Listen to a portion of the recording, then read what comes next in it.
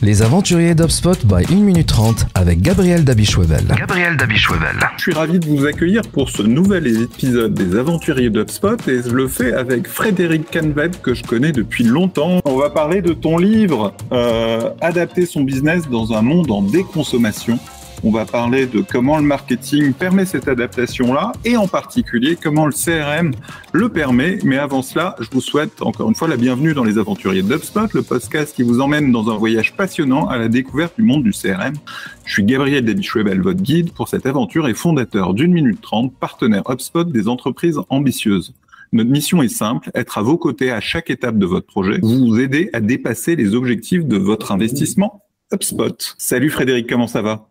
Très bien et ça fait vraiment plaisir de te revoir et parler du bouquin et surtout du CRM parce que comme tu le sais, j'ai été pendant quasiment 15 ans product manager sur le CRM et pour moi en fait c'est une des armes clés pour justement essayer de résister à la crise ou la décroissance à venir ou la déconsommation. On l'appellera comme on voudra et si tu veux, je pourrais distinguer les subtilités entre différentes matières. Et c'est vrai que de plus en plus, la fidélisation va être essentielle et il va falloir un bon outil. Et la prospection, elle est déjà plus dure, mais elle va se devenir encore plus dure. Il va falloir structurer ses process, il va falloir être plus efficace et améliorer sa productivité. Et là, c'est vrai que le CRM là-dessus, il a un rôle clé et un rôle majeur. Et je dirais même au niveau des commerciaux en eux-mêmes, le rôle des commerciaux est en train de changer. Tu vois, dans la boîte pour laquelle je travaille actuellement, le meilleur commercial, je te dirais que c'est pas un entre guillemets commercial, mais c'est un mec qui suit les process, c'est un mec qui est un travailleur, c'est un mec qui est super sérieux et qui utilise le CRM à fond. Il remplit son CRM, il fait tous ses tâches, il fait tous ses rendez-vous, il gère ses relances, ses rappels et c'est lui qui cartonne le plus, mais très loin devant les autres. Alors que tu as d'autres qui sont des véritables artistes, au sens propre, noble du terme, ce sont des artistes de la vente, et pourtant ils performent moins bien parce que tout simplement ils n'ont pas cette rigueur, ils n'ont pas compris que maintenant c'est pas juste avoir un bon pitch, un bon argumentaire. Il faut bien relancer ses leads, il faut pas en oublier, il faut pas s'éparpiller et en même temps il faut automatiser une partie de tes actions, quoi. Merci pour cette intro qui ressemble à la conclusion mais qui nous dit là où on va aller. Déjà, pourquoi tu as voulu écrire ce livre et quelle est la ligne directrice de ce livre sur la déconsommation et pas la décroissance? Tout le monde sent un petit peu que l'économie est un petit peu en train de changer. On l'a vu avec la crise de Covid. Là, on voit avec la guerre en Ukraine. Tu touches du doigt le fait qu'on arrive à, entre guillemets, à la fin d'une époque. Et c'est vrai que nous qui venons de l'inbound marketing, du blogging, on se rend compte que toute cette technique-là commence un peu à s'épuiser. Et on voit que c'est devenu beaucoup plus compliqué d'aller chercher des prospects, plus compliqué en fait d'obtenir un budget, les décisions se mettent de plus en plus longues. Et en fait, ça c'est entre guillemets qu'un apéritif, ce qu'on a vécu avec le Covid, l'Ukraine et justement ce durcissement de l'avenir concurrentiel. Et ça, en fait, beaucoup de gens ne se rendent pas compte qu'en fait que c'est lié à des facteurs externes qui nous dépassent nous-mêmes. Un des premiers facteurs, et que j'aime bien citer, c'est bien sûr l'énergie. On est passé d'un monde où l'énergie était pas chère, surabondante, à un monde en fait où l'énergie va devenir plus cher. Alors il n'y a pas que le gaz, mais aussi le pétrole, où forcément le pétrole se raréfie, même si on trouve des gisements, par exemple en Antarctique, on l'a vu il n'y a pas très longtemps, un gisement extraordinaire qui a été découvert par les Russes, mais grosso modo ce gisement extraordinaire, c'est quoi? C'est 15 ans à peu près de consommation de pétrole. Ce qui veut dire que en 15 ans, qu'est-ce que tu fais? Tu construis tout juste une centrale nucléaire. Donc en fait, on voit que il y a des énergies fossiles qui arrivent un petit peu vers la fin. En plus, aller chercher toujours des énergies fossiles en plus, ça va poser des problèmes puisque en ayant consommé tout ce qu'on a consommé, donc même pas la moitié des ressources de pétrole du monde entier, en fait, on a fait déjà plus de degrés. Et à plus de degrés, je pense que tout le monde a on vit l'image de l'Amazone qui était devenue en fait une rivière qui est devenue en fait une espèce de savane. Et ça en fait c'est des phénomènes qui vont s'accentuer. Et là notre mois de juin qui est bien nuageux fait partie en fait de cette instabilité météo qui vient d'arriver avec ce réchauffement climatique qui donne du chaud, du froid, etc. Donc il y a ça d'aspect ressources énergétiques. En même temps la transition énergétique ne se passe pas. puisqu'en fait, certes, on a fait plus d'éolien, donc c'est génial, sauf qu'en fait, ces énergies-là s'accumulent. En même temps, tu as un coût des matières premières qui est en hausse, donc le coût du pétrole qui va faire augmenter le coût des matières premières. On a également d'autres facteurs externes, comme par exemple le phosphate qui est très utilisé en agriculture, qui à peu près dans 60 à 100 ans, il y aura plus de phosphate, donc on pourra plus le remplacer aussi de manière aussi simple. Bref, il y a quelques on est effectivement abreuvé de discours aujourd'hui qui sont décroissants, qui sont inquiets, et il y a des raisons de s'inquiéter. Et comment t'adresses ces inquiétudes, parce que finalement on n'est pas certain de la déconsommation et de la décroissance. On est certain en revanche qu'il y a de l'inquiétude, qu'il y a du trouble, qu'il y a des changements. Moi, je reste optimiste personnellement, et je pense qu'il y a aussi dans la technologie des opportunités de croissance différentes, durables. Mais ce qui est sûr, c'est qu'on va vers des périodes de transition, d'inquiétude et de tension pour lesquelles il faut s'adapter. Donc, quels sont pour toi et c'est ce qui est intéressant dans ton livre, c'est qu'au-delà du constat de déconsommation, ce que tu proposes, c'est des vraies pistes pour s'adapter, des pistes qui sont celles d'un marketeur, parce que tu es un marketeur. Et c'est quoi pour toi, justement, ces grandes pistes ? Je pense qu'il y a des choses qui vont arriver, et je pense que tout chef d'entreprise doit anticiper les choses, même que si c'est une chance sur 10, une chance sur 2, une chance sur 3, etc. Un chef d'entreprise, un responsable marketing doit anticiper ça, et il doit s'anticiper de plusieurs manières. La première, bien entendu, ça passe par revoir son organisation. Si on reste avec une organisation qui est très, pas très agile, qui est un petit peu grasse, et tout simplement, on va avoir des soucis dès que la conjoncture économique va forcément devenir plus difficile. Donc, première chose, revoir son organisation. Ça veut dire définir un peu mieux sa vision, qu'est-ce qu'on veut faire, sa mission, et bien entendu, comment ça se manifeste dans son entreprise. Deuxième chose, ça veut dire aussi réduire un petit peu ces échelons hiérarchiques et donner plus d'autonomie à ses collaborateurs. Parce que quand ça va être un petit peu plus compliqué, on va pas attendre que le chef trouve la solution avec son comité de direction. Il va falloir avoir plus d'agilité. Et plus d'agilité, c'est dire, OK, je donne plus d'autonomie à mes équipes, je mets moins de niveau de vérification, etc. Donc cette partie-là, c'est la partie, je dirais, organisation de l'entreprise. Deuxième partie, c'est bien sûr la partie structure. Plus tu as des frais de structure élevés, plus en fait ça va être compliqué de bouger, et comme toi comme je disais, tu es vraiment un expert business, tu sais que parfois il faut travailler sur l'agilité et savoir un petit peu de changer de braquet, ou changer en fait entre guillemets de méthode, ou se dire tiens, je vais changer ma manière de voir mon business model, pivoter. Et donc en fait tous les modèles d'antifragilité, je me rappelle plus c'est qui le nom de cet auteur-là qui a écrit sur Nicolas Taïeb, c'est ça, sont très adaptés à la période. Exactement. Et c'est ça, en fait, l'antifragilité, c'est sur quoi il faut aller. Parce qu'une entreprise fragile, c'est dès qu'il y a des problèmes de trésorerie, l'entreprise elle a une grosse difficulté. L'entreprise robuste, c'est une entreprise qui a un bon business model, mais en fait, il résiste jusqu'à un certain point. Lorsqu'on perd 10, 20, 30% de sa base client, qu'est-ce qui se passe? Et après, l'antifragile, c'est OK, je perds 10, 20, 30% de mes clients, mais je me réorganise. Je change mon organisation interne. Je vais changer ma gamme de produits. Comme toi, tu étais vraiment le grand pape français de l'inbound marketing. Maintenant, tu es devenu aussi un des experts français du CRM. Tu as ajouté une nouvelle corde à ton arc, et ça, c'est un exemple qu'il faut suivre sur le fait je m'adapte au marché, et je sais tout simplement me dire mais qu'est-ce qui se passe, quels sont les besoins des clients. Et c'est vrai que ça va être un point qui va être également important. C'est le troisième point. C'est l'offre. Qu'est-ce que veulent véritablement les gens, et qu'est-ce qui est un produit vraiment utile dans le contexte actuel. Et là, typiquement, dans le contexte actuel, le CRM, pour moi, c'est essentiel. Pourquoi c'est essentiel? Parce que quand tu as moins de prospects, tu dois plus te permettre, en fait, d'en louper un seul. Tu dois faire un suivi beaucoup plus important, et tu dois te dire, mais OK, cette personne-là va me demander de le rappeler dans un mois, dans un an, etc. Je dois être capable de le faire. Si par exemple, une personne visite certaines pages de mon site internet avec des outils comme HubSpot, on va dire, tiens, vous avez visité telle page, c'est peut-être un sujet qui vous intéresse là-dessus, et je lui envoie un message, parce que la maturité des personnes, elle n'est pas facile à comprendre. Et si t'es pas en amont et en phase, en avance de phase en fait de la décision, et en fait il y a quelqu'un d'autre qui va prendre le lead. Il y a vraiment je dis toujours que les prospects sont une denrée périssable, et il faut absolument se dire que je vais être dans les premiers à les appeler, parce qu'il y a vraiment une prime au premier. C'est comme tout le process pour dès que je reçois une demande de documentation, il faut pas que ce soit le 5e, le 10e qui appelle, mais il faut que ce soit le premier qui soit là pour donner des conseils, qui donne en fait les structures et qui est vraiment du lien et que ce soit pas ouais d'accord vos concurrents m'ont déjà dit etc etc. Donc voilà, première partie l'organisation beaucoup plus agile, donner l'autonomie.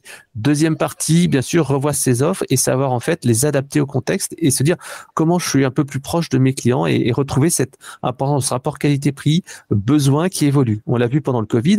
Pendant le Covid, c'était vente à travers les écrans, c'était le marketing digital. Maintenant, on est plus sur la rationalisation, sur l'efficacité, l'efficience. Le troisième point, c'est bien sûr la structure. On en avait parlé juste auparavant, la structure beaucoup plus agile, donc de l'externalisation, et également l'automatisation des process avec de l'IA. Pourquoi pas penser aussi offshore, puisqu'en fait le Covid l'a montré, avec le télétravail, il est possible d'aller rechercher des ressources un peu ailleurs. Donc c'est se dire, si je perds, et moi dans le bouquin c'est ça que j'explique, c'est si jamais je perdais du jour au lendemain, demain, 30% de mon chiffre d'affaires, qu'est-ce qui se passerait? Et c'est ce que je ne souhaite pas, bien entendu. Mais quand on pose cette question-là à plusieurs chefs d'entreprise, si demain tu perds 30% de chiffre d'affaires, comment se passe dans ta structure?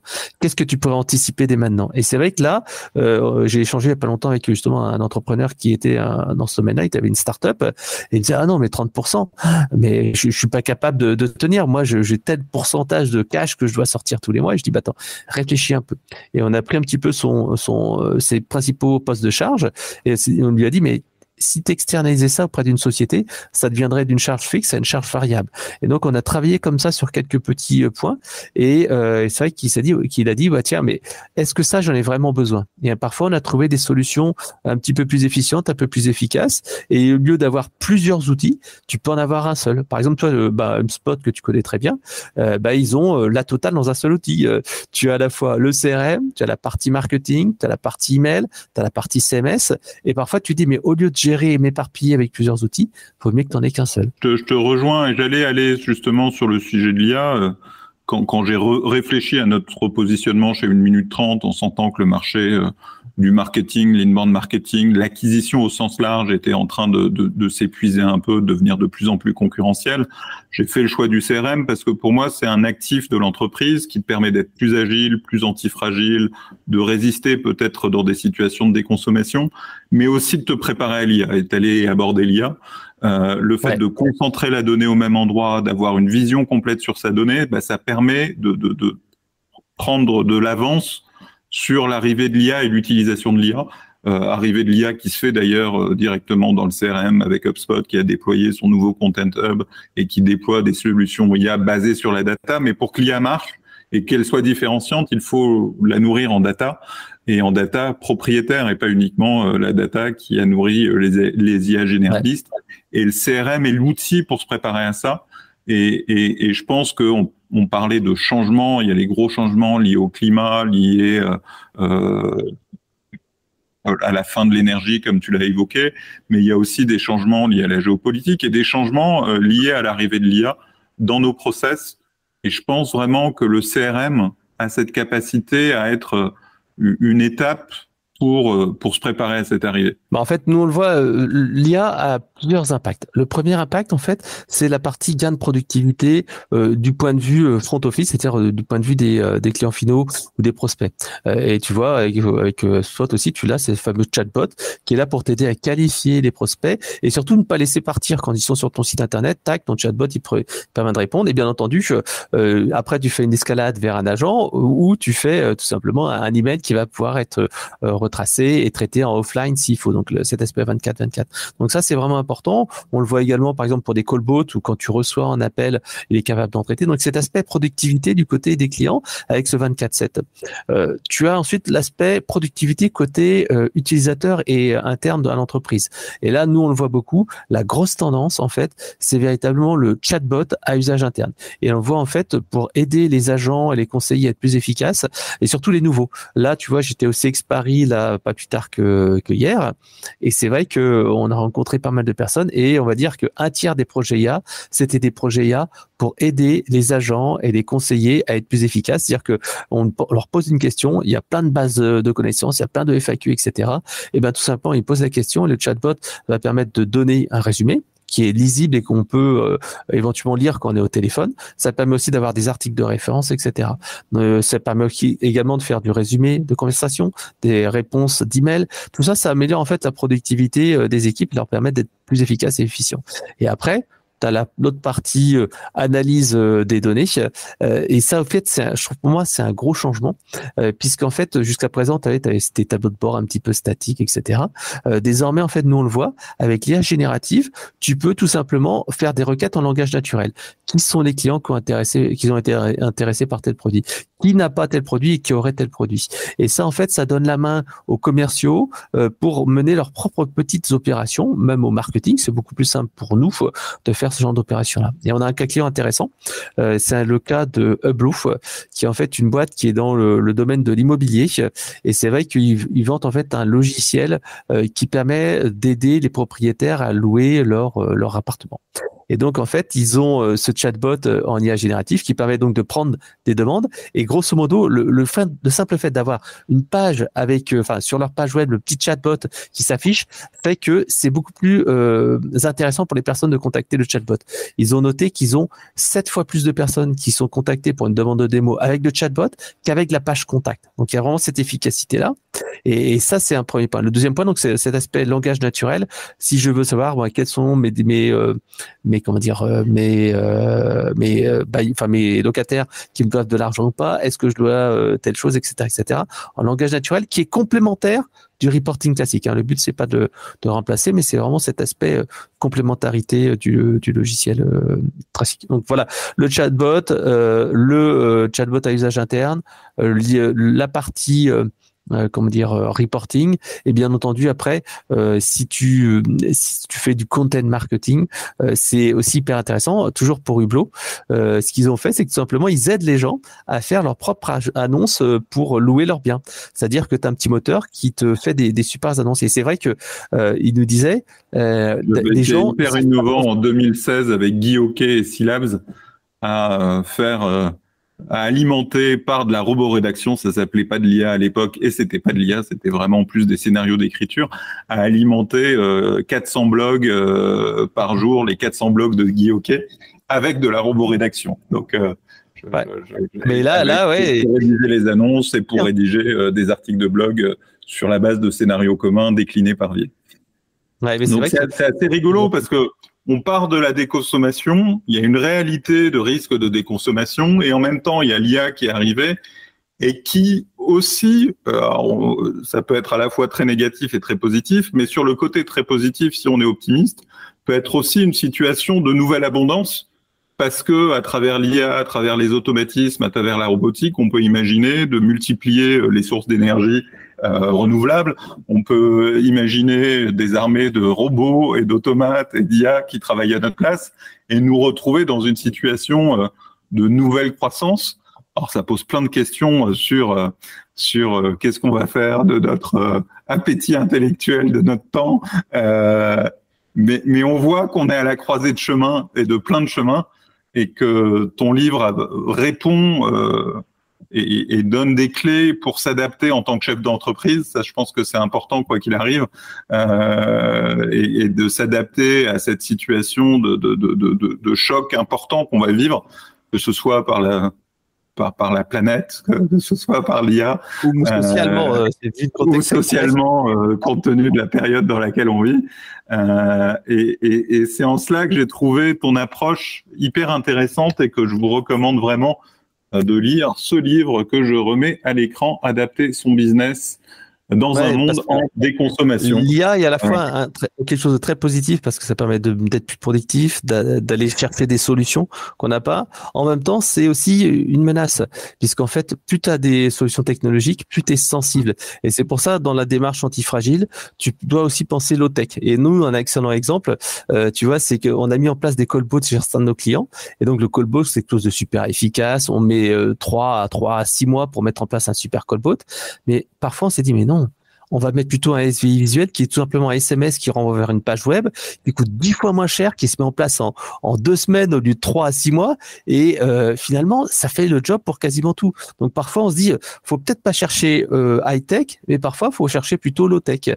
Et pour juste finir sur l'IA, oui, l'IA, c'est une très bonne solution, ça vous apporte des choses, mais attention au coût caché de l'IA. Toi, par exemple, pour entre 50 et 100 requêtes que tu fais avec ChatGPT, ça consomme 0,5 litres d'eau. Une image qui est générée avec une IA qui est pas performante ou pas adaptée ça peut consommer une charge de batterie de ton smartphone en entier. Donc, il faut quand même faire attention à ça. C'est l'IA, ça a l'air un petit peu magique, mais quelque part, il y a des serveurs qui tournent au bout du monde. Donc voilà, l'IA, oui, au bon endroit, au bon moment, c'est essentiel. Penser low-tech et résilience, en fait. Et après, se dire, bon, voilà, l'IA quand j'en ai vraiment besoin, quoi. Merci beaucoup, Frédéric. Cet épisode des aventuriers d'HubSpot est terminé. J'espère que vous avez beaucoup appris avec notre aventurier du jour. Si, comme nous, vous pensez que le CRM est une aventure et qu'il faut être bien accompagné, contactez-moi chez 1 minute 30. Mais avant de partir, n'oubliez pas que l'expérience est meilleure lorsqu'elle est partagée. Alors, après l'épisode, relayez vos découvertes avec d'autres aventuriers et n'hésitez pas à liker, à partager et à laisser un commentaire sur la plateforme où vous consultez ce podcast. Merci beaucoup à toi, Frédéric. Bye bye. Vous pouvez réécouter tous les épisodes de notre podcast sur Spotify, YouTube et Deezer. Vous pouvez aussi visiter notre site web 1minute30.com.